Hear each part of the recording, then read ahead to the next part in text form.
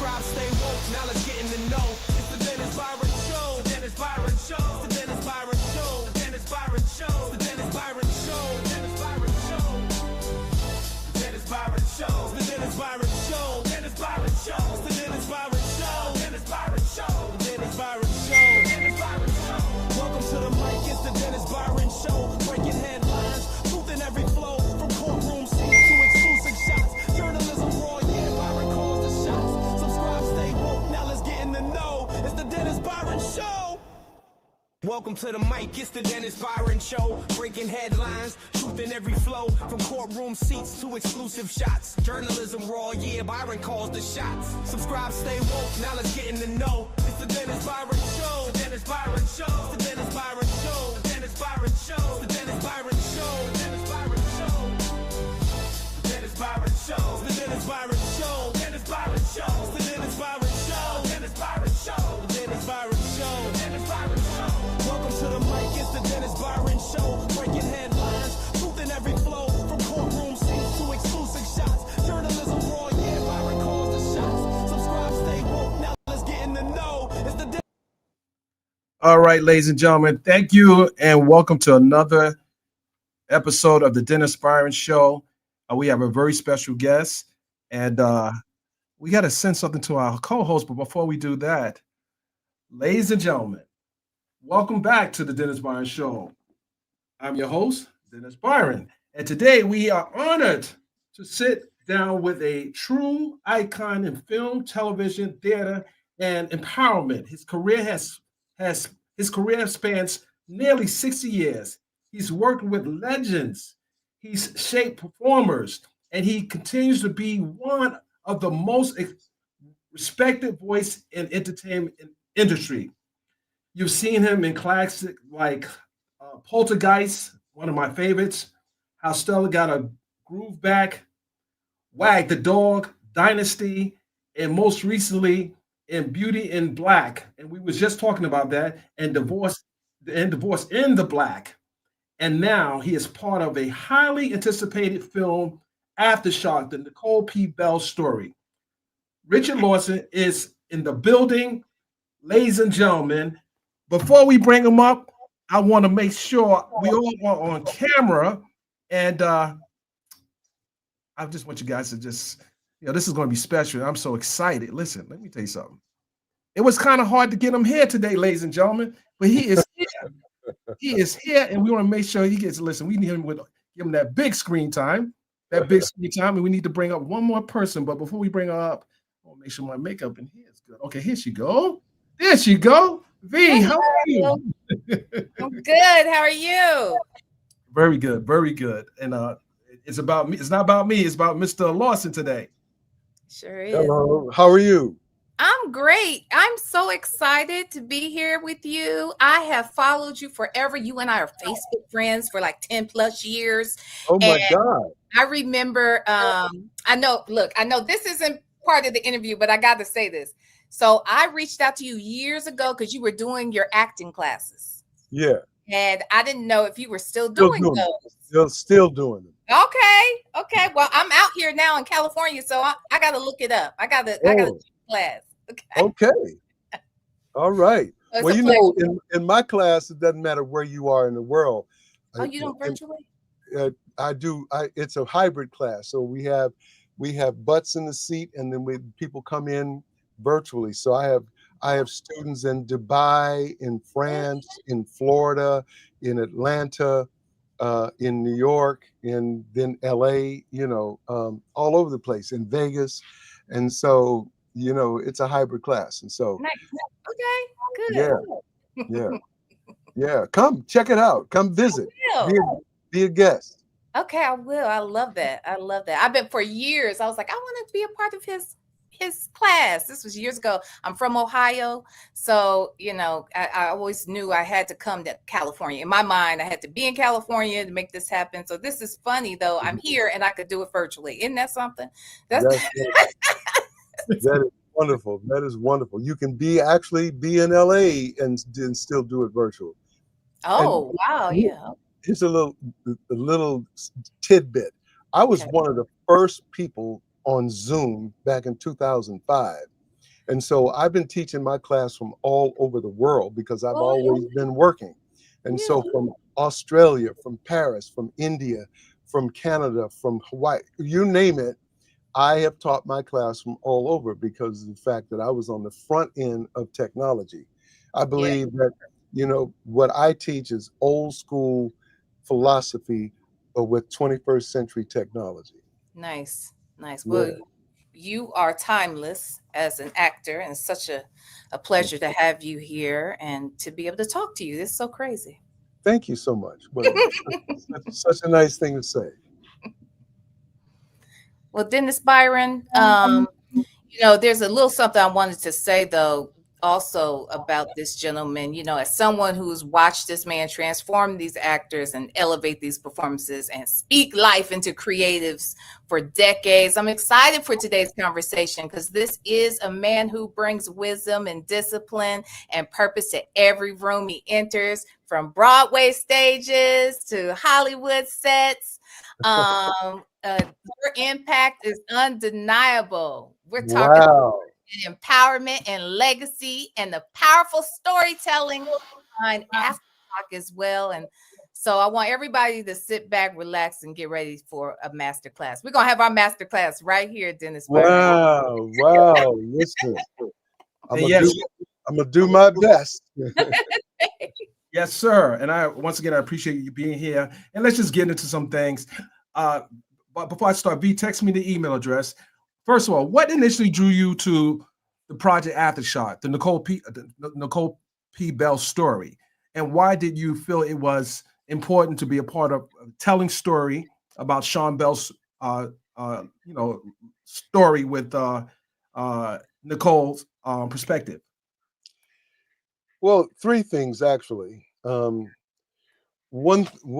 most important thing was the fact that Sean Bell got killed on his wedding day, and it was a travesty of justice, and that in itself is, we have to tell these stories.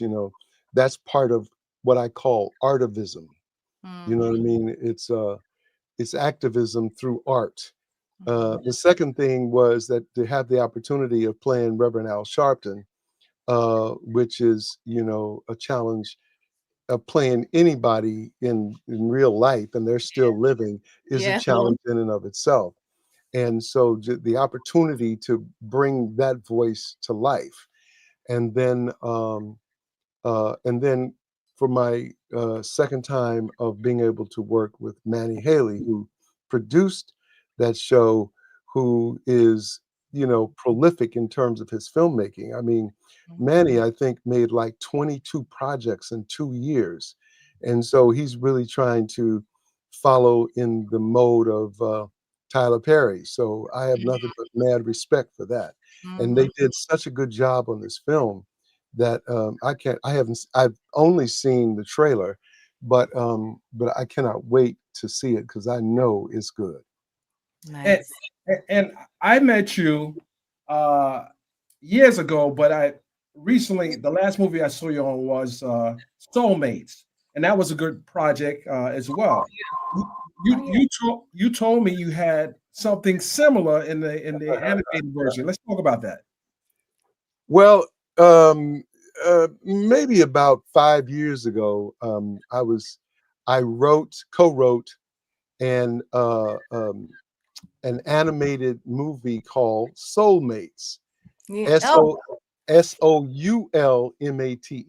It's about shoes, and it's this really exciting story about these two shoes that were like twin brothers, but they couldn't have been more opposite in nature, and them dealing with the society and in a universe where there's an evil leader and they get separated. It's a really wonderful. One of them falls in love with a skating shoe.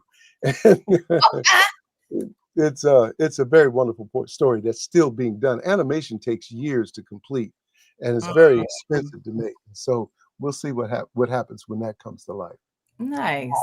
In the film Aftershock, this film revisits a tragic chapter in American history. What emotional responsibility did you feel stepping into a project carrying so much real world weight? Well, you know, the one thing over the years of me being in the business, one of the things that I learned is that art has a way of being more effective than just about any other thing. Art can change the course of something in a line, in a word, in a film, in a play. I was in a play called uh, what was the name of it? Um, God, the name of it is escaping me now, but it was about DNA um, for saving people who were on death row. Mhm. And that play was so successful in its effect that 14 states changed their death penalty laws. Really? And so art can change the world when nothing else can. And so maybe by seeing this film, that this film will be able to go and reactivate justice, because you know the people, those officers who committed this, they got off. And maybe, you know, as an old man told me one time, uh, every goodbye ain't gone. So maybe art can reactivate the investigation, and they can take a second look at this. Mhm.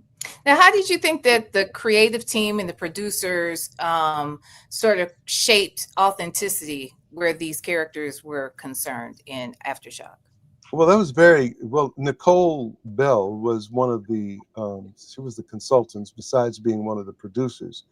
And so she was there, and she was able to add her voice to make sure that things felt like and looked like and sounded like what really went down. Mhm. Um, and, you know, and there was a lot of, she had a help from a lot of other people who were around that time. And I had an opportunity to meet some of Sean's friends, and so there was a lot of oversight in terms of making sure that it was authentic. Mhm. And the director was bent, hell bent on that, you know, Mm. making sure that it was right in the same tone and zip code of what really went down. Let me piggyback off of something you said earlier about playing Al Sharpton. So again, I'm sure that is a lot of pressure on some level to play someone who's still alive. Do you meet with them and talk to? I mean, we have enough footage out there of Reverend Al Sharpton, but did you have a conversation with them at all about this role before you I took? did. I had the pleasure of doing a Zoom call with the Reverend, Mhm. and we talked a good bit about his life, about, you know, when he started. You know, he's been preaching since he was 4, and Oh, he became uh, anointed when he was 8 years old. So his life has been dedicated to the Lord and to civil rights and oppression. And so he's dedicated his life to this.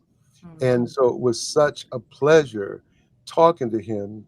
And the greatest pleasure of all was the fact that he wrote me a note and saying that he was so happy at the portrayal, and that, you know, that it was a moment, one of the greatest moments of his life, to see him being portrayed. And so, I mean, it makes You me a make him little look emotional. good too. Don't get it twisted. He's like, yeah, the perfect actor to play me. You know, you Hey, make him look, look real good. hey, I can show you a picture, side by side picture of Al and myself. Uh-huh. It, it is striking. It is so striking. It was like, what? Oh my God. And so, and because I played Al in 2006, he was a little bit bigger. He wasn't as What? big as he wasn't as big as he was, but he was in his medium size thing. Now, you know, he must weigh 120 pounds. Right. But He's so little. yeah, Hey, listen, I don't know if you can touch the Reverend's dance steps, you know, because we've seen him get down, you know, at the Essence Awards, at yeah, the yeah. festival. Hey, And look, I ain't so bad myself now. hey, well, actually, I saw you too with the X. As a matter of fact. So Yeah, yeah. yeah. Well, that was one of the things we used to do is go down. We used to go down to the hood, and in one of those spots down there in L.A. is called the Cork, and then they changed it to I forgot what they changed it to, but I mean, you go into that spot, and you'll see cats who's still wearing that 1970 suit on, What? Not the big collar too. the big collar and the long hanging down halfway, and this, big old wide leg. It's like, yo, man, soaking wet. He's sweating because he ain't stopped dancing. Now, a lot of the younger audiences that maybe, or people who will be younger in the audience, may not recall the Sean Bell story, may not know about it. What do you think that they'll take from it, or what impact do you hope that they take from it watching it? I think once that they see the film, they will see the tragedy of that, the tragedy of his death, and particularly on his wedding day, when he was so happy and so committed and so in love with Nicole, and that he gets taken away from them.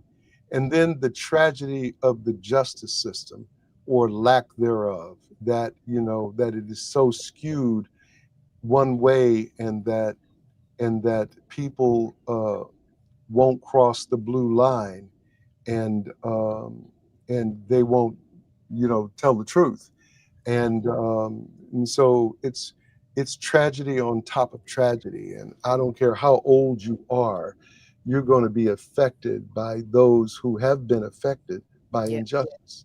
Yeah. I'm sorry. To your point, what role does art play in activism today, especially in stories involving real loss and injustice? I think it's the only thing that can bring real truth to it immediately. Listen, you can go through this. You can go through Congress, House of Representatives. The wheels of that justice grind so slowly that it's all partisan decisions, and if anything gets done, it's years and years in the making, and it's mostly for show. And anything that has been done, you can see how quickly it can be undone. So what's being undone today was years and years and years and years of people pushing forward so that Roe versus Wade, the Voting Rights Act, all those things can be enacted.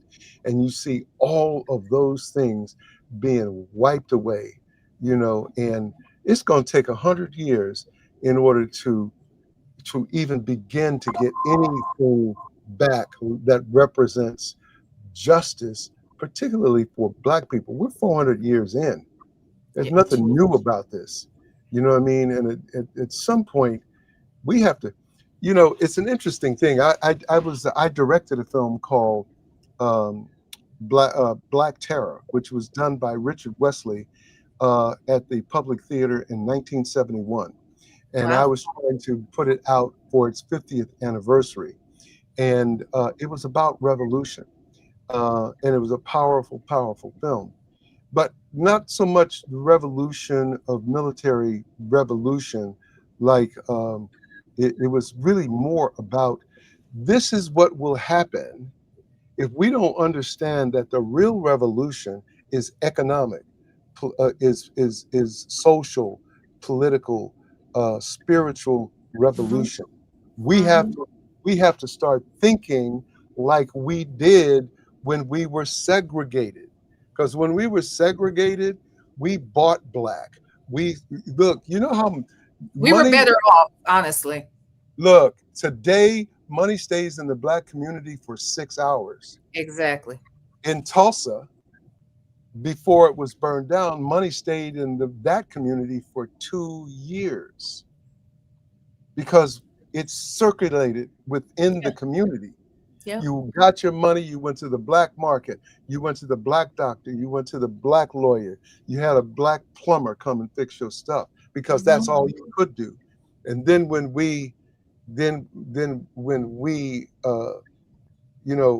went away, then our money started going in everybody else's community. Yeah. And so therefore, I'm sorry. I'm sorry. All I'm gonna finish it off by saying, which robbed us of any kind of power that we have. The Black community generates $2 trillion a year. 95% of that goes to consumerism. Yeah. We, And we we don't buy, have any money, but we spend all the money we get. we spend it in other communities. We spend it on Gucci, Poochie, Ducci, and all that. But we don't, we But don't not spend. revolution. Yeah. So, but as I look today, I'm emboldened by sisters like Jasmine Crockett. Mhm. Okay. I love Jasmine. That sister has a head on her, and she is not to be bent. She will bend, but she won't break. And she ain't bending that much. And You I know what I want to mean? make sure she stays protected. You know what I mean? Yeah, But for she's sure. definitely our voice. Right. Yeah. So to your point, in the past couple of weeks, Stephen A. Smith had some choice words about Jasmine Crockett. When you see people that look like us going against people that look like us and fighting for a cause that's going to help the betterment of our people, how do you feel about that? Being a legend yourself. Well, the one thing I really learned is that there's never going to be one solid voice. There's not an ideology that we have that everybody's going to be on the same page. Look, I'm not upset when somebody has a different viewpoint than mine. It is what it boils down to is, can we have a communication, and can we respect the positions that we, where we are diametrically opposed? Can we have a communication and have a sense of respect where because we think differently does not make us wrong? It doesn't make us demonized. It doesn't really make me your enemy. It just makes me have a different opinion than you. I'm not afraid of Stephen A's opinion. I don't agree with a lot of them. You know what I mean? But he's entitled to having those opinions, because at the end of the day, when I look at the people who supported Donald Trump in terms of his running for office, and you think that certain things are going to go down a certain way because you believed him, and now you see what he's actually doing. He's doing what he said he was going to do. He's doing what he said he wouldn't do, or he didn't know nothing about. I don't know nothing about that. I didn't write that. 25, yeah. And if you believe that, like, why pay attention to what happens with this Jeffrey Epstein thing. You know what I mean? Because that really tells you who he is.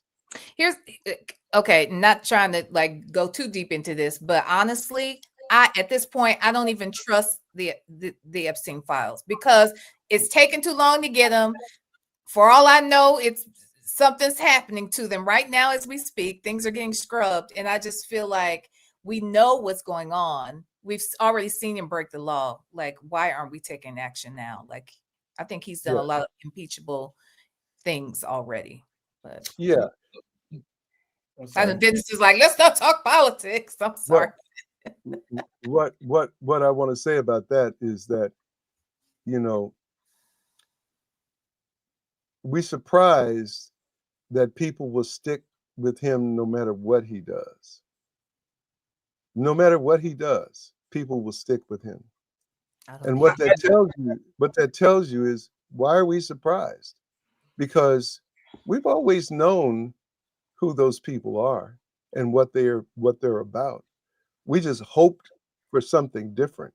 Yeah. We had laws that protected us to a certain degree, at least gave us opportunity, you know what I mean, to a certain degree, in spite of those people who sat back and were pissed off because there were these things put in place. But the fact that 75 million people voted for him, I'm not surprised by that. And I'm not surprised that they stick with him like that. Really? No, not at all, because the fact that this is where this country came from. Where do you think they went? That's They true. didn't die off. They had children, True. and those children grew up in the house hearing that. True. And now it's coming back to bear that the children of all those folks in Jim Crow are now resurrecting their parents and their grandparents. So I'm not surprised at that. You know what I mean? Go ahead. To piggyback off what you said, recently Marjorie Taylor Greene, who is a congresswoman from Georgia, attempted to give him some pushback as it relates to questions about the files, the Epstein files. And then we do know that there's some controversy surrounding the death of Charlie Kirk and how that actually happened with Robinson. Do you think that he's losing footage with his base based on these files? And because I see a lot of young people pushing hard, against the MAGA base. Do you see that there may be a tide changing with this, based on these files? I think it may be a little early to say that, you know what I mean? And it's kind of hard to read in terms of what he's actually losing. And one of the things that I think he's trying to insulate with is gaining control of the military.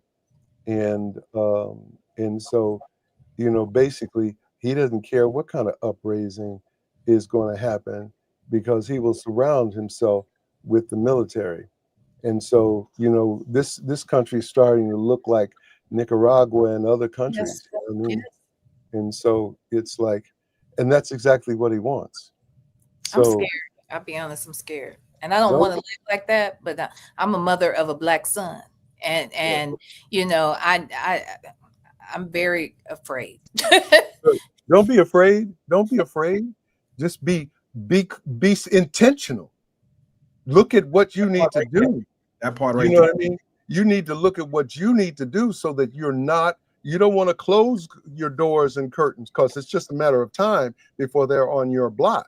Yeah. You want to activate. What can you do as a journalist? You have a platform. You can speak to people. You can say, wake up. You can say, come on, we don't fold. Now is the time to activate more than ever. Now is the time for these movies like this to come out more than ever. Yes. You know what I mean? You're part of the artivism part of it. You're one of the voices that people can hear. You're the person in Africa who's beating the drum. Beat your drum. Yeah. Beat your drum and educate your son. Don't put fear in him. You're a single mother? Yeah. You're a single mother? Yes, I am. Well, Okay. I mean, look, he's grown. He's like, let's be clear. He's 34 years old. I'm just saying, he's still my baby. Okay, he's still my baby. All right, and I'm still worried.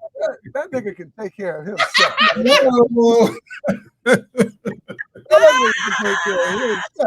Oh my God. Oh my God. Yes. Yes.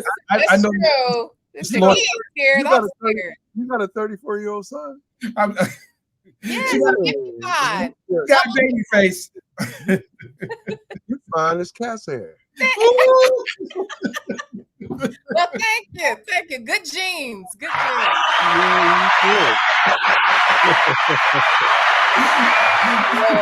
Yeah, Now I do have a question. So let's change the subject just a little bit. Like, people know you from a lot of things. You've been in movies, you've been in shows.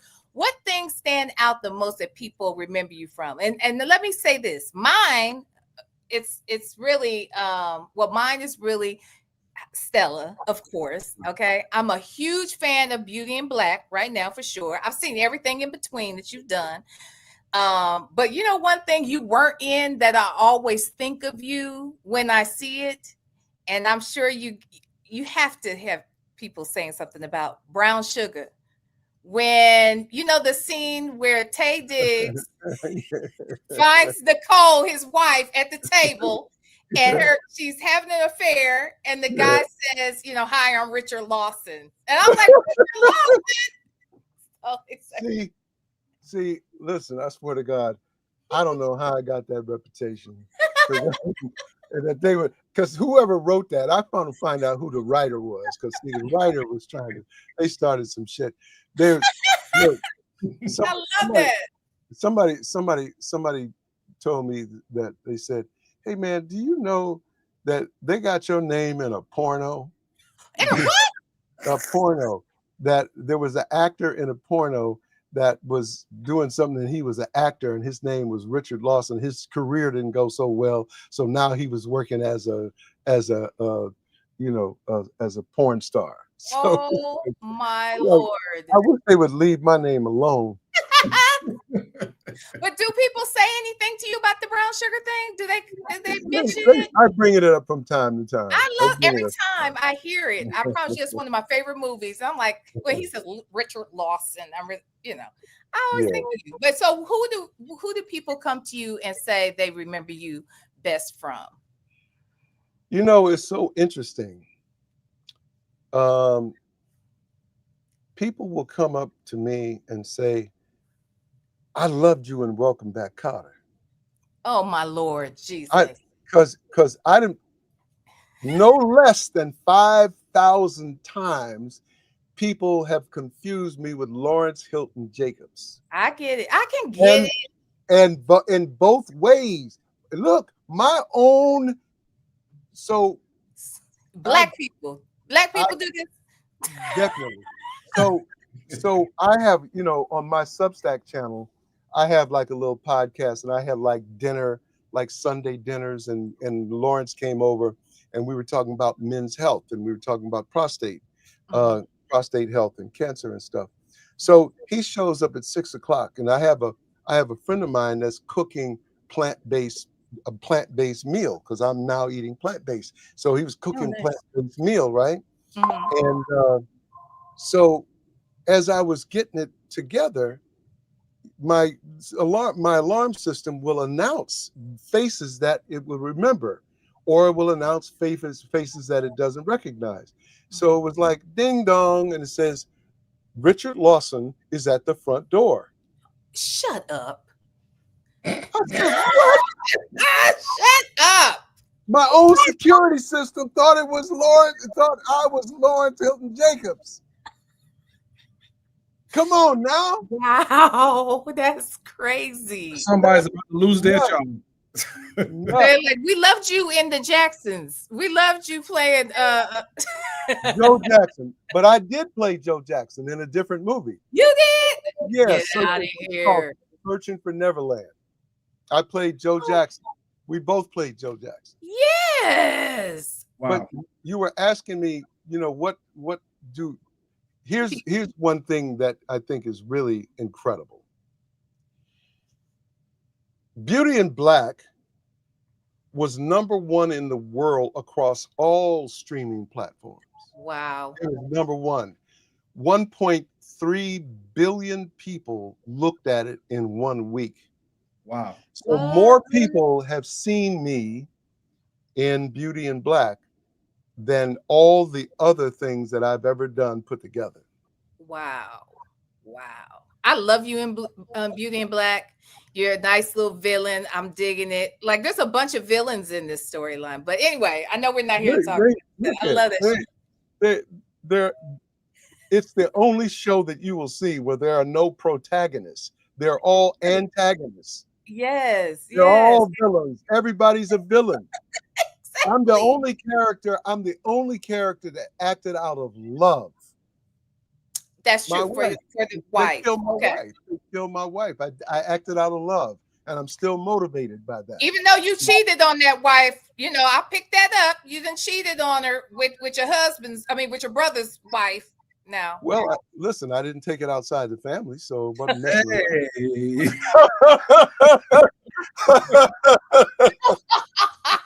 Lord have mercy. Oh God. Mr. Lawson, looking back at nearly six decades in the industry, which role or moment had the greatest impact on you personally?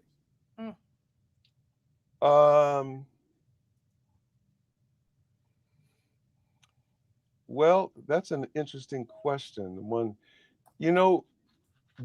First of all, I never take a show unless I love it. So somebody says, "What's your favorite character?" All of Oh, them. yeah. I love all of them. The one that does stand out for me was my first starring role where I was number one on the call sheet, and that was it's called Black Fist, Fist. You can get it, and that was my first starring role. That was that man. That was huge, and it Wow. was like it was in 1974, and so one of the commitments that I made is I didn't want to go up for the roles that I was going up for because I saw myself as the leading man. I saw myself as number one on the call sheet. And my whole thrust and purpose was to be number one on the call sheet. And that happened just 3 years later. So that was real important to me. There was a play that I did where 14 people got carried out on stretchers from a heart attack or from passing out because I killed 2 people in the play, and it was so realistic that people, all men passed out. And it was What? it was called Streamers, and it was a play about potentially going to Vietnam, which I actually did go to Vietnam, Yeah. um, but that play was so powerful, so powerful. Steven Spielberg saw me, and he was married to Amy Irving at the time. And Amy said, "See, Steven, he's not like that character." And I turned around, and I guess my personality was different than what he expected. He says, "Man," he said, "I did not want to meet you because I just thought there's no way that you were so good. There was no way that you couldn't be like this character." He said, "That Wow. was the most frightening thing I've ever seen." Wow. And then like 5 or 6 years later, I worked with him in Poltergeist. But Nice. but those were powerful, powerful roles. Yeah. Um, and there are other roles that I had a great time on. How Stella Got a Groove Back. I had a great time working on Poltergeist. You know, I'm having a great time working on in Tyler Perry's world, even though it's unlike anything else you've ever worked with because he has re-engineered the whole way it's shot, and it's shot Yeah. so So fast and so efficient. you shoot a lot for Beauty and Black. You shoot, I'm guessing, because I know Charles Malik Whitfield. I love him Oh to. yeah, my boy. Yes, Yeah, Charles Malik is awesome. And I talked to him when he was on the other Tyler Perry show. I can't think of the name of yeah, it. I can't think of it either.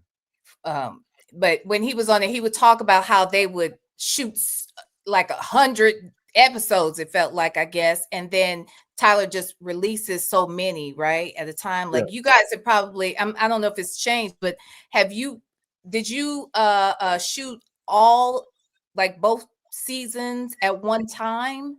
No, we Or shot the first season had 16 episodes, the second season has 16 episodes. Mhm. And the third season we're shooting 8 episodes, and then I think we come back and shoot another 8. Okay. But we shoot them up until now all at once, and then they release them.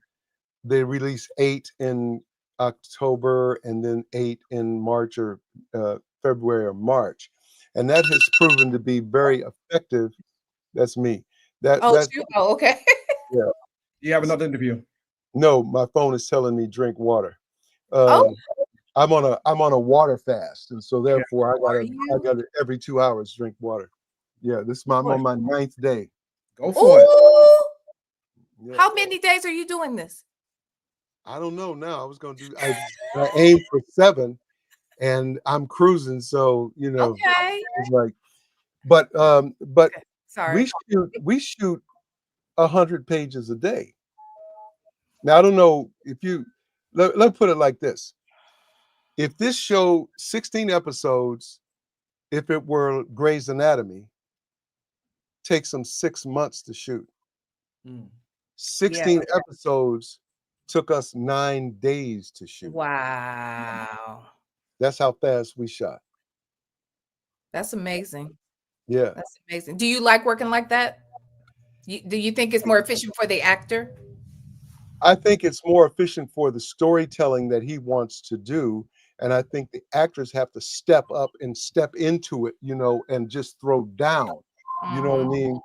It's Mm-hmm. like it's sort of like this is a kind of a weird analogy, but it's sort of like, it's sort of like you're gonna get into a fight, so you're gonna back up and take your coat off, and you're gonna dance around and do some cute stuff, punch and then dance around, and it's a slow roll. Yeah. If this is a fight in Tyler Perry's world, you don't take shit off. You start you start you start throwing hands. It's like what you see on some of those shows where they snatching wigs off, and it's a rumble. It's a rumble in the jungle, Jack. You better get in. You better get yours in, because you ain't got no other. You don't have a It's second not. Let me ask you a question. This question is from one of our viewers from D. He says, asked if he felt the weight of being a leading man. Did you feel a weight of being a leading man? Was there pressure that once you realized you was a leading man in the movie, did you feel the weight of that? Or how did you take it? Did you take it in stride hand. or I only felt back when I first got into business, only because I wasn't trained and I didn't have enough experience. That was a little weighty. It was like, oh my God, man, what am I going to do? Will I be able to handle it? So I had a little anxiety about that. But since then, you know, acting and this business is standing up on a stage, butt naked, and turning around real slow. And I'm made for that. All I, right. I'm made for that. You know what I mean? Look, it's like not. I don't want to talk about that, but I'm just giving you like the example of what I'm made for. Like, I got a divorce 2 years ago, and if really? y'all, uh, if y'all, What? Didn't hear that. What? No.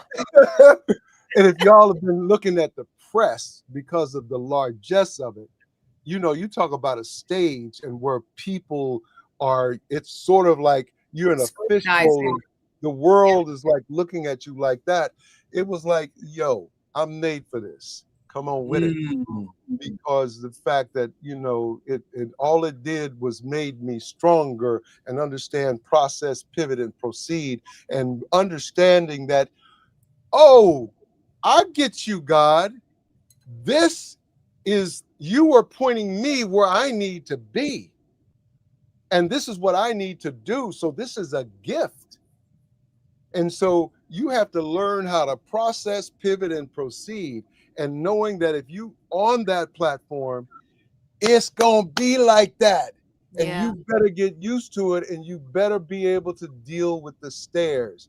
And so you welcome it, and you Yeah. find the warmth of it, and you Yeah. allow people to judge you, and you allow some great relationships to become conditional. It's all good.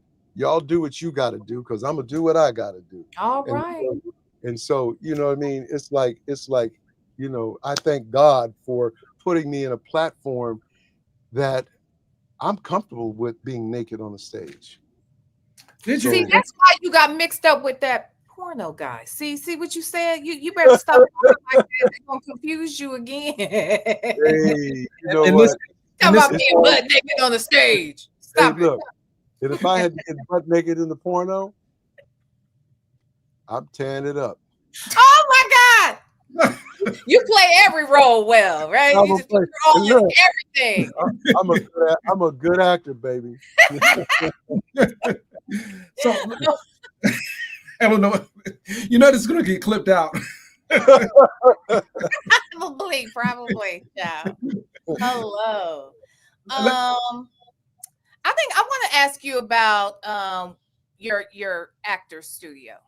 Yeah. Like, what is the first thing you look for in a new student? Do you accept everybody who wants to sign up, or what's the process to even participate? The first thing I look for is attitude. Mm. You have to have passion. You have to have passion fuels purpose. Mhm. I don't Amen. care how good you are. If you come into my studio and you got an attitude and you're not open to learning, Mhm. then I'm not the right place for you, because I can teach anybody how to act. Okay. But you say, well, wait a minute. Well, what I'm not going to try to teach everybody how to do Hamlet. Hamlet ain't for everybody. Right. But Right. I can take you and I look at where your strengths are. You understand about how to interview people, you have a viewpoint, you know how to greet people, you know how to handle the public, you understand marketing, you understand there's a world that you understand. If we start where you are and Mhm. build strength where strength exists, you operate out from there. You know what I mean? I'm Yeah. not going to ask Laurence Olivier to play High Noon, and I'm not going to ask John Wayne to play Hamlet. Those are two completely different worlds that's not what they do. But Right. what do you do? So I take people, and I don't care where they are, whether you are whether you are challenged, whether you are challenged. Like, for instance, I hate the word handicap. Words have power. The Right. word handicap means that that's where you're stuck. You Mhm. ain't going nowhere, so accept that you can't. I've had people who had conditions, and I took the word handicap away from them, and I let them look at the possibilities of considering themselves talented, Mhm. that Mhm. it's possible. You look at words like terminal. What's the first thing you think about? Death. Cancer. Mhm. Yeah. Cancer. Yeah. Like, that's your ass. You're dead. Yeah. Accept it. But Mhm. wait a minute. The archaic definitions of terminal is bus terminal, telephone Do it. terminal. Right. So things come in and And they go out. So if yeah. I'm looking at the telephone terminal concept of cancer, then I'm not buying into and I'm not operating out of scarcity. So therefore, I operate with people, teach people to look at possibilities. So my next look is, why are you doing this? Is Mhm. this a desire, or is this something you can't live without? If it's something you can't live without, I can teach you, because you're open and you're forward sitting and you're a sponge and you want to know more. So, and that's connected to your purpose. If you have a purpose, you have a North Star, and that will never go out, because then you have GPS. Yep. GPS is stuff is going to come. Roads are going to get washed out. Accidents are going to happen. Floods happen. Fires happen. You know, It and all you do is reroute. You reroute and Mhm. you reroute, but the destination never changes. You're still headed towards whatever that dream is.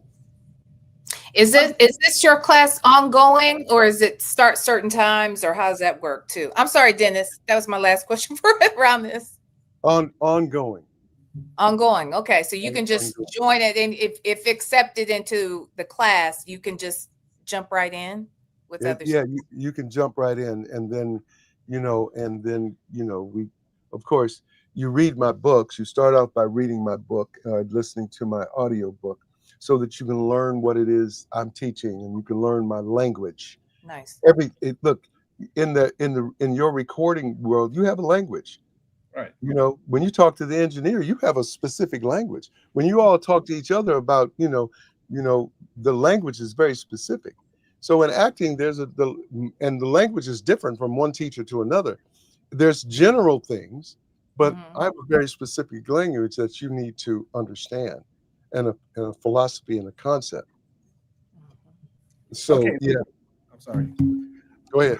I know I have a few questions I want to make sure we get answered. How did originating the character Lucas Barnes on All My Children help shape your career? Well, first of all, Lucas Barnes um, was it. So my whole thing. I fired my first agent because she suggested that I do a soap opera. Mm. And then when there was a strike in 1991, nobody was working, and it was like nobody, you know, it was like it was economics. You know, the idea, the possibility of all my children sent out a thing and said, "Hey, would he be interested? We'll fly him in New York and we'll interview him. He don't have to read or nothing." So I flew to New York and I met with them, and I flew back home, and then they wanted me. So I saw it as an opportunity for me to go into a soap opera for 2 years, because it's a huge audience and Yeah. it's immediate. The Yeah. first day after I worked on All My Children, and the first day it aired, I left my apartment to go to D'Agostino's grocery store, and man, people knew I was in there and they came over. It was immediate, right? People Wow. know you. Yeah. And so it was like I wanted to You're in bring their house. You Yeah, come into their home. you're part of their family.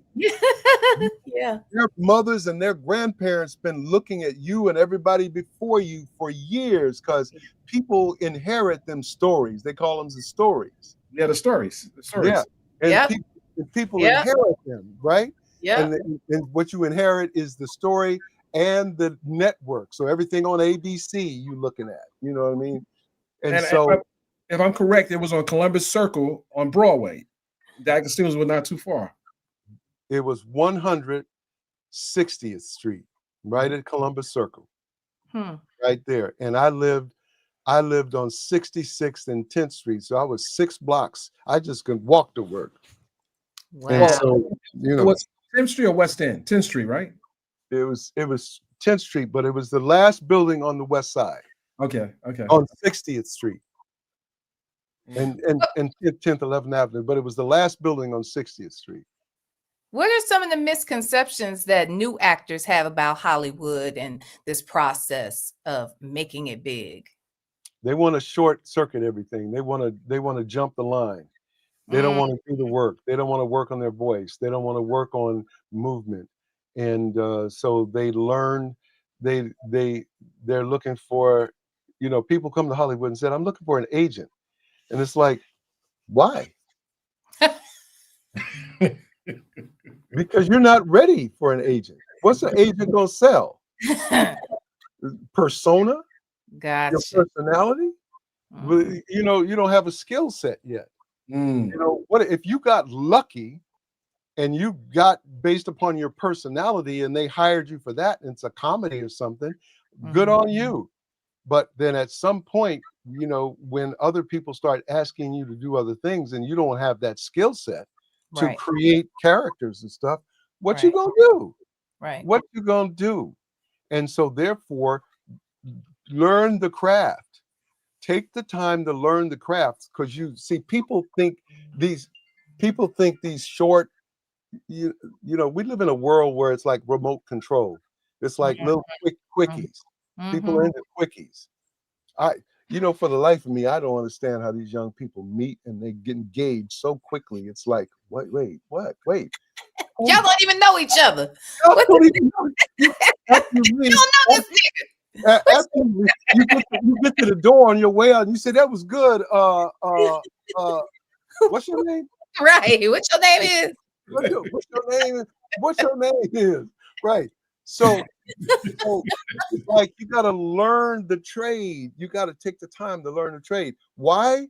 So that you can run the marathon. Right. Me and Denzel and Sam and Glenn Turman and Lawrence Hilton Jacobs, you know, and LaTanya Richardson, and you know, all these folks. We've been in this business 50 some years. We understand the marathon. We understand how to ride the roller coaster. We understand that, you know, that as Lou Gossett told me, you're gonna get discovered 15 times. And he ain't never lied. It's gonna be dry times. And if you waiting for somebody to call you to get a job, as opposed to you doing one of your hyphenates, you know, look, I've got so many things going on. When somebody calls and says, "Hey, I want you to do this," I have to like put the brakes on and stop and say, oh, well, wait a minute. Let me see how I'm gonna work this in, because I got this other things going on. You know what I mean?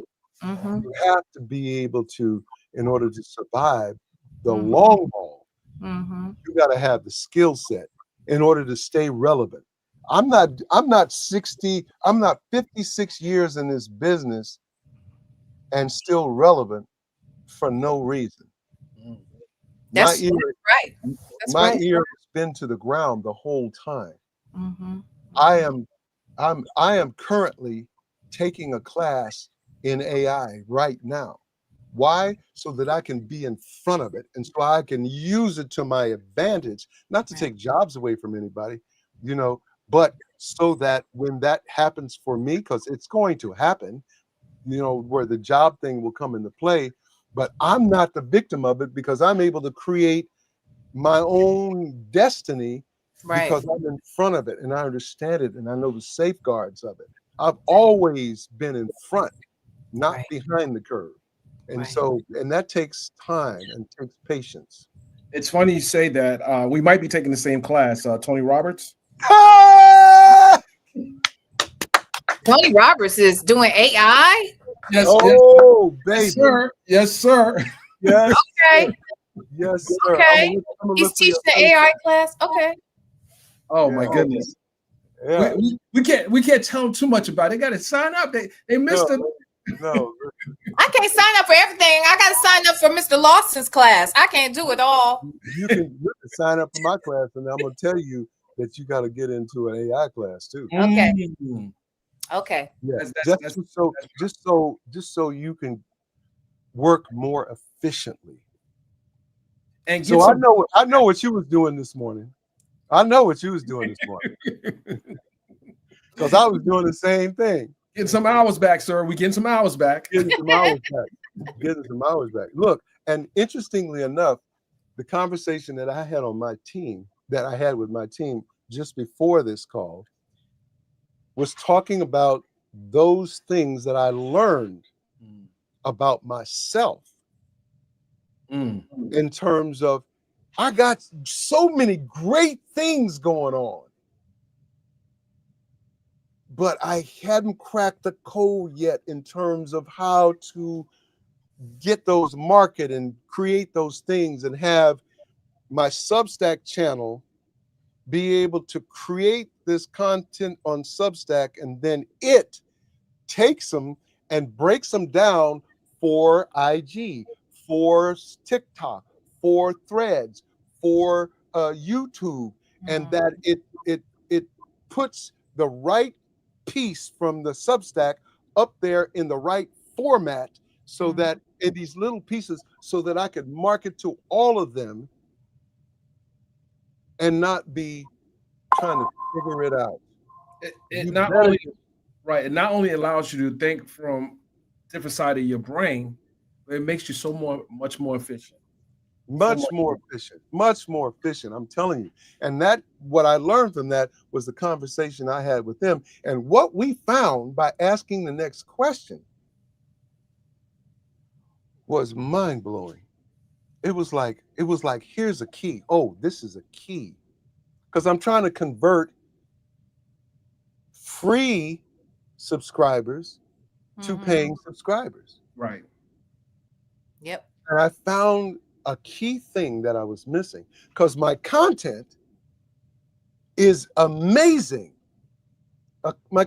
I think my content is amazing. I would want to come as a subscriber because I'm talking about some cool things. I'm writing about some cool things. I'm sharing some cool things. I'm sharing some tried and true things. And it has some humor to it and stuff. And it's like, but I'm doing too much. I'm doing too much. I'm operating in other areas that is, when I look at the data, it's like not a lot of people, the numbers are, some people are interested, but that's not my brand.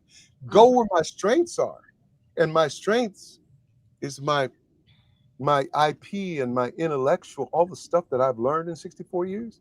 Right. I know some shit. Excuse me if I'm cussing. No, it's okay. We're here, sir. We're here. Good. So I know some fucking shit then. No, I know stuff. I know stuff. And I share stuff that's valuable stuff because I've been collecting stuff.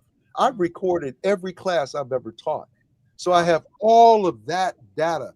And any subject I have like 20, 30 different tapes talking about that, you know, and all of that's going in my memoir, and a lot of that went in my book. But it's like I got stuff in the cupboard, you know, that people can use, valuable stuff. I just got to learn what's the key. It's a keyhole. I got to get that right click, click, that the thing to unlock the door so that people can come in. And when they come into Substack, I saw Ava DuVernay started in March for free. She was giving free content. And then in May, she put it behind the paywall, so they pay $7 a month. She has like Still a bargain. She's still a bargain. She has like 37,000 followers. $7 a month.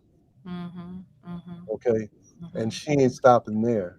So when you're looking at 100,000, 200, 300,000 followers times, yeah. And you can do tiers. Don't forget, you can do tiers. You got tiers. You got tiers. Yeah. And I'm just talking about the basic. The base level. Yeah. Talking about the yearly or the founders group. You know what I mean? So, yeah. You talk, and I try to impart this to the young people that I meet, you know, because I've been in photography in media for 30 plus years. Tell people how important it is to build solid IP, solid content, something that can last beyond your life. It's called show what? Business. Business. It's a business. It's business. If you don't know how to monetize, you working for the man. That little money you making is going to you got paid for the film, and you chip. The people who are successful are the people who know how to take that brand. Look at George Clooney. Look at Snoop Dogg. Look at Taraji now. She got all kind of stuff out there. Beyonce is she's the expert at selling. She's an expert at selling. She does a show. She does the Super Bowl. And the day of the Super Bowl, she launches her album. She launches a book. She launches the film that she made. She launches some other stuff. You understand? So that she has all these arrows pointing. It's called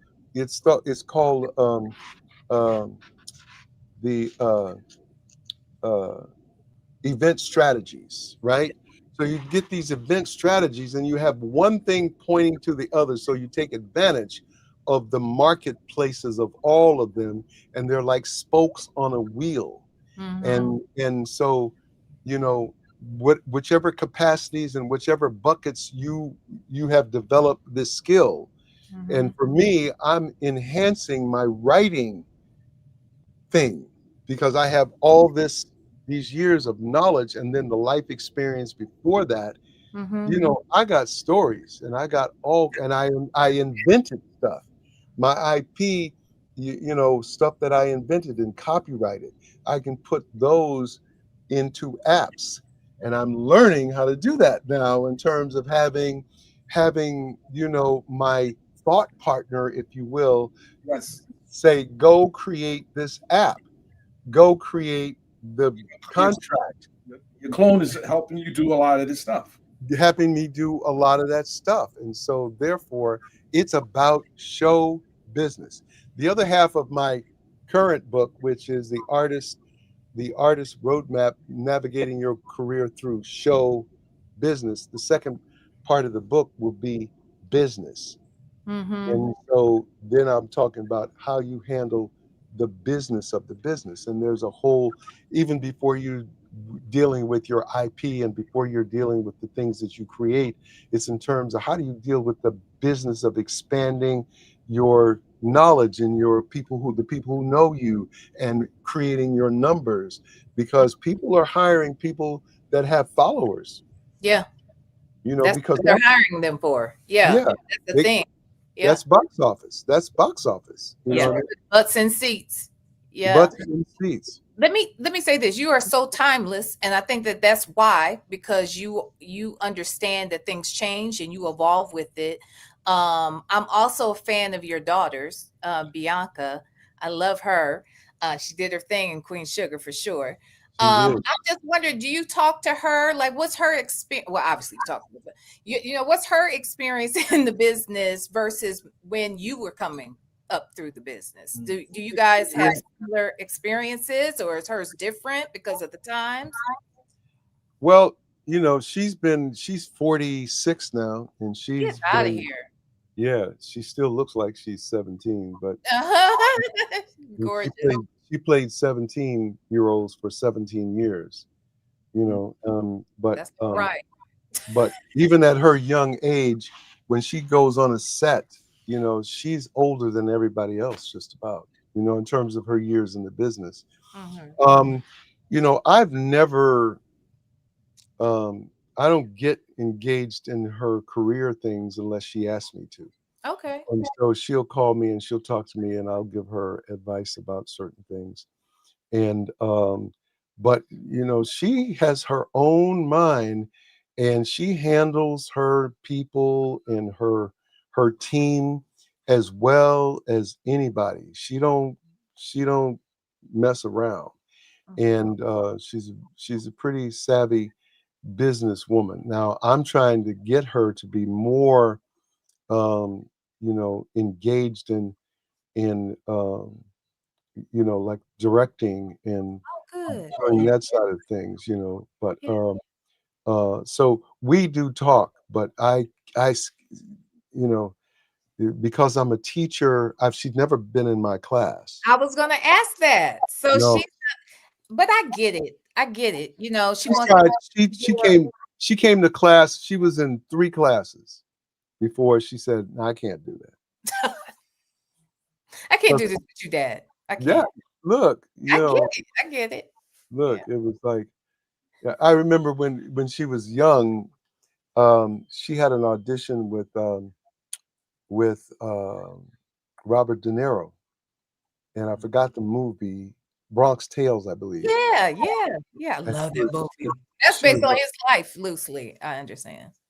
yeah, and there was this young girl that was in it, you know, and she auditioned, and they loved her, but she was a little young. But in order to rehearse, we were in New York, and I didn't know any kids in New York, and she had to do this like romantic scene.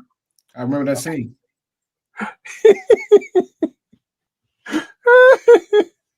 What's that like?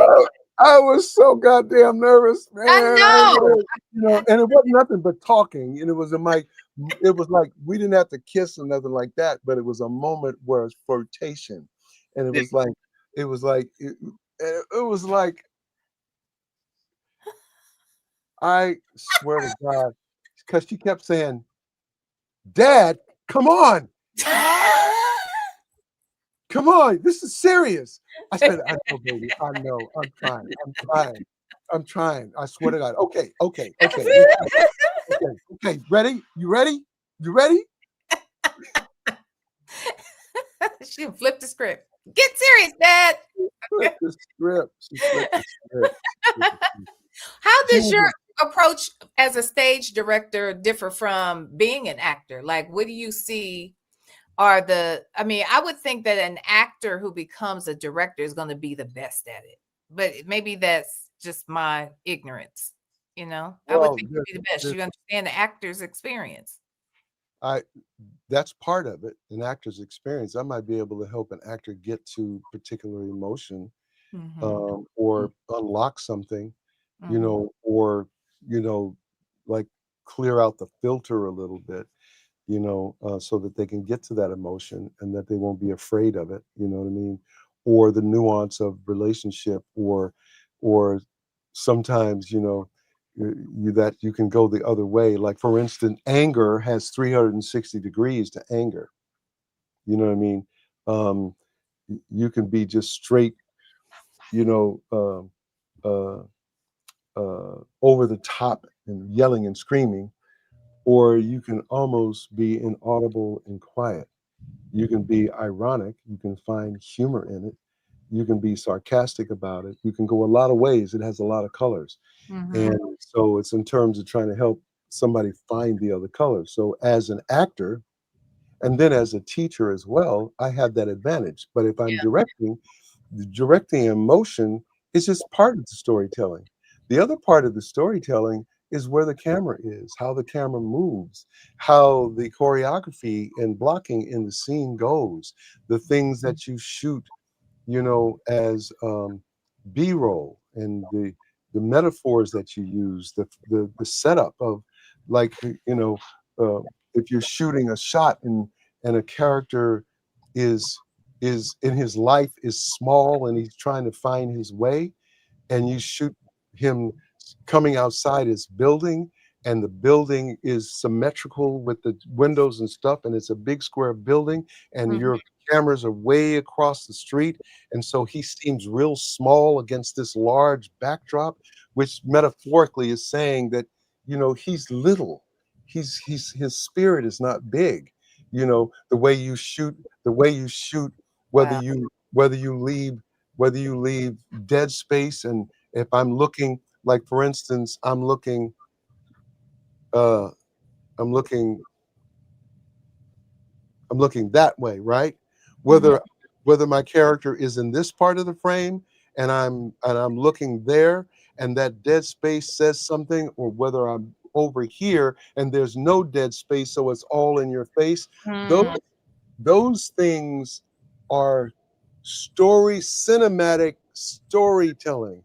So there's an emotional dynamic, and then there is a visual dynamic, and then there is a musical dynamic, and then there is a sound dynamic. I'll give you an example of sound dynamic. So, uh, actors in the bathroom, and he's trying to make a decision about a relationship, and he's struggling, and he's it's a monologue, and he's talking to himself, and he's on the toilet. He's not using the toilet. He's just sitting on the toilet, and he cracks the door open, and and you can see the girl in the kitchen right through the cracked door, and he says, "God, I don't know. I don't know if I can take this. I don't know if I can take it. I gotta. I should leave." In the background, we hear the faucet going, drip, drip, drip. And it's like a time machine that basically saying you are running out of time. It's like a Big Ben clock. Mm. That sound dynamic is so important to his decision making, because Mm. then we get in tune with the time, and we increase, and in the sound thing, you increase the sound of it. So as it goes, the sound gets louder and louder and louder, and by the time the scene ends, that last Drop. drip reverberates, and you know it's over. See, Mm. that's filmmaking. That's all filmmaking. That's a lot to think about. Never thought. Yeah, That's a it's more, lot. it's more than it's Who definitely, knew? it's definitely more than acting. That's So I worked with Manny on True to the Game, Yeah, and yeah, yeah, so we had this young actor. People knew him as Prison Bay. Never yeah. acted before. Jeremy Meeks, and I'm sure you met him at the. You met him probably over. I don't know if you met him or not, but Probably. he had no acting chops at all. This was his first role. I remember us being on the set and even showing him how to hold a gun. You got Mm, to remember, he just came out, of prison. So hmm.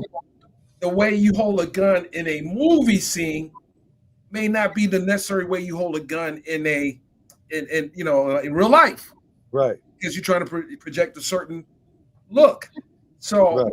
I sat there and watched him come into this whole world. It was like this guy has no experience, and he's he's he's learning really quickly. Have you had any experience in your career of working with a new actor and seeing them catch on really quickly, besides your daughter?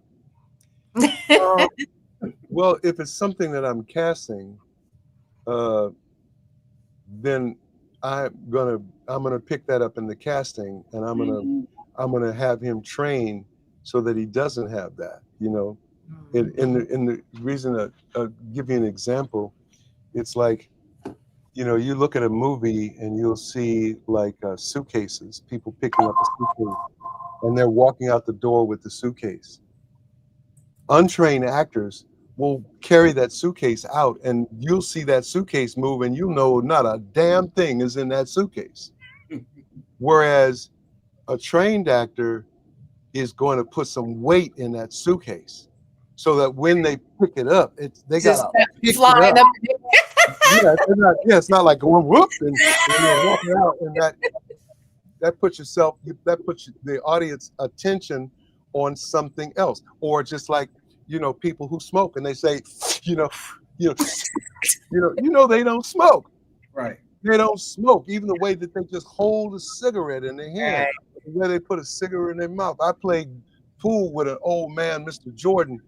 He would never shake the ashes off, but they would never fall.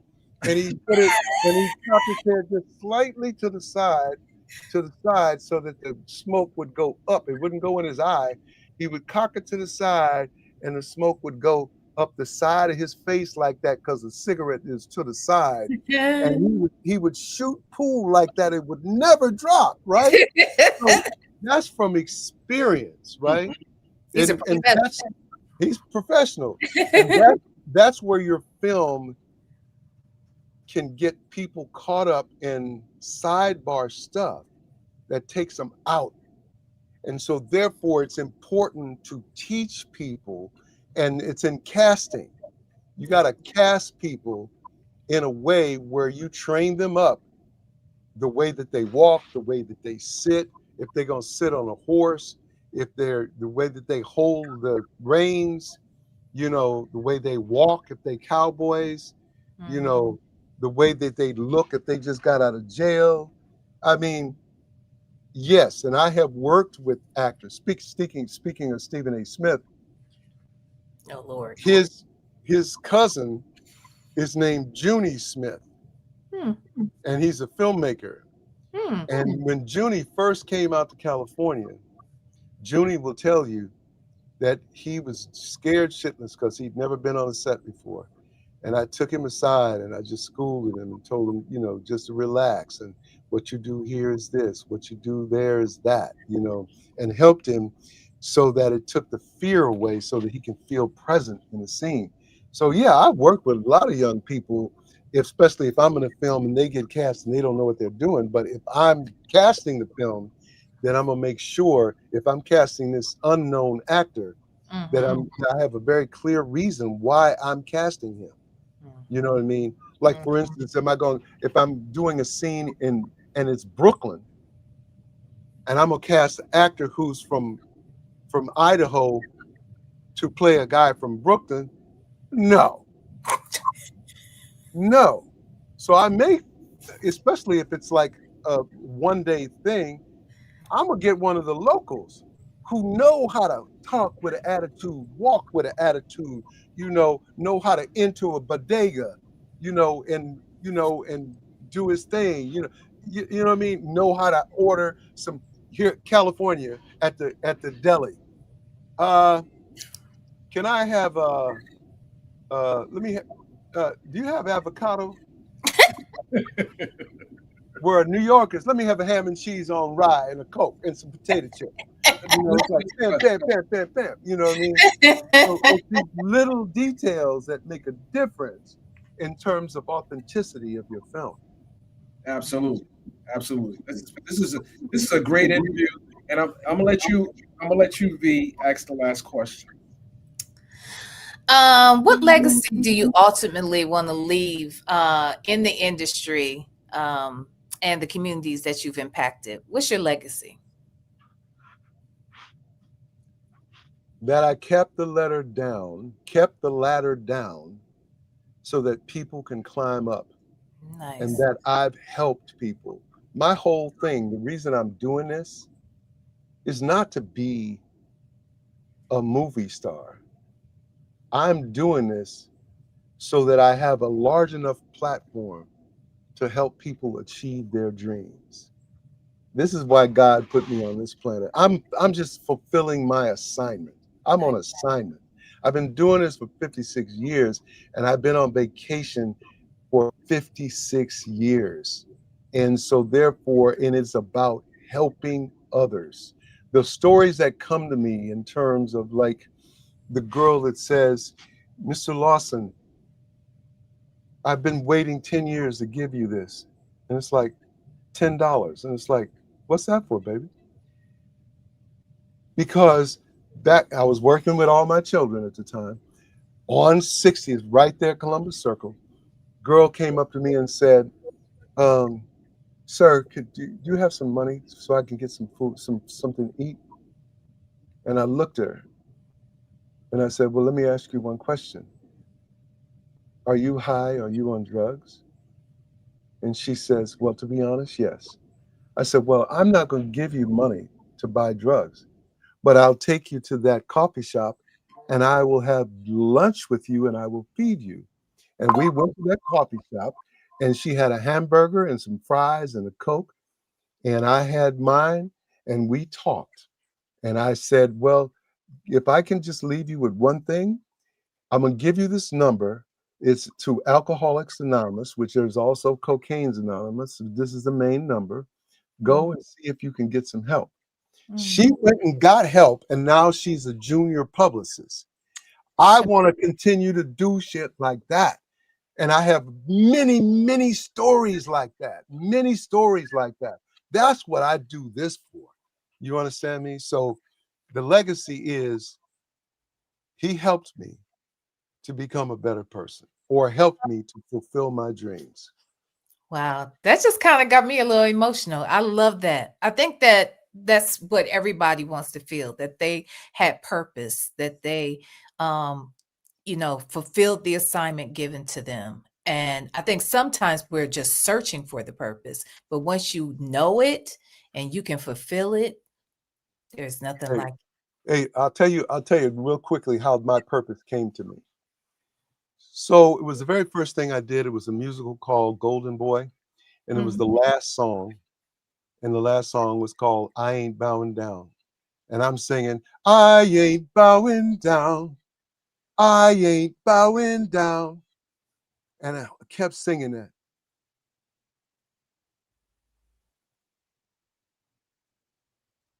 And all of a sudden I had a revelation.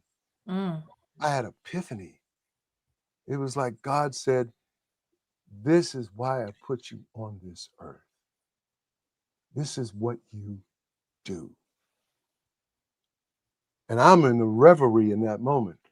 And then this girl came and tapped me on the shoulder and said, hey, I ain't bowing down.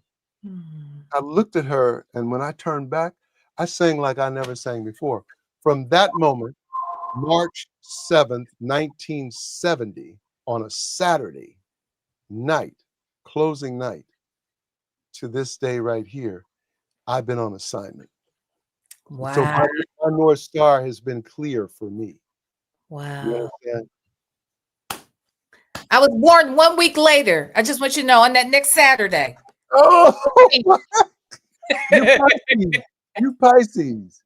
All right. All right. This has been wonderful. I'm so excited that we had a chance to speak with you and really get to know you on a different level. This has been wonderful. Mr. Lawson, like she said, this has been an honor. I've been obviously watching and learning from you for many, many years.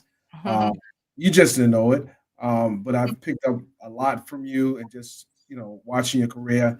And I'm looking forward to seeing you in Aftershock, the Nicole P. Story. And I want to encourage everyone to get a ticket. Get a ticket. Get 2 tickets. Get 2 tickets. Get 2 tickets. Get 2 tickets. And also buy my audiobook and and subscribe to my Substack channel. Yes. That's right. Yeah. My audio book, richardlawsonbooks.com. And tell us where we can find you on social media. What are your names and everything? At Mr. Richard Lawson. Richard Lawson. Lawson. Lawson. Like they say it in Brown Sugar. Richard Lawson. I can't stop thinking of you when I see that. I love it. Wait. Do I need to leave the screen for a minute? I love it. Hey, listen, if it's gonna be immortalized, I'll be immortalized. I just want to leave y'all with this. You can't keep it unless you give it away. My God, today. Thank you, Mr. Lawson. We're gonna leave it with that. Yes. That was very powerful, beautiful, and make sure you guys are watching. Make sure you're watching because we have a class to take tomorrow, don't we? We have another class. You got it. No, you got the classes next week. I think next Thursday. Yeah, what they send in is a copy of what they already created, so you get a little smaller, compact version of it. Absolutely. Yeah. You guys are missing on something great. You could have jumped on. You could have got the you had to pay the whole thing up front, but we'll talk about that later. I'll meet you at the top, sir. Yes, sir. Yes, sir. Looking forward. Ladies and gentlemen, thank you for doing the show. We'll see you guys on our next show. And I can't tell you who it's going to be, but I don't know if they're going to top this man right here. I enjoyed this. Thank you so much. I appreciate everyone coming in. And until next time. Good night. Byron Show. All right. Welcome to the mic, it's the Dennis Byron Show. Breaking headlines, truth in every flow. From courtroom seats to exclusive shots. Journalism raw, yeah, Byron calls the shots. Subscribe, stay woke, now let's get in the know. It's the Dennis Byron Show. The Dennis Byron Show. The Dennis Byron Show. The Dennis Byron Show. The Dennis Byron Show. The Dennis Byron Show. The Dennis Byron Show. The Dennis Byron Show. Dennis Byron Show. The Dennis Byron Show. Dennis Byron Show. It's crazy. You give somebody peace, but peace don't always move to the same rhythm they chasing. Sometimes love ain't loud enough.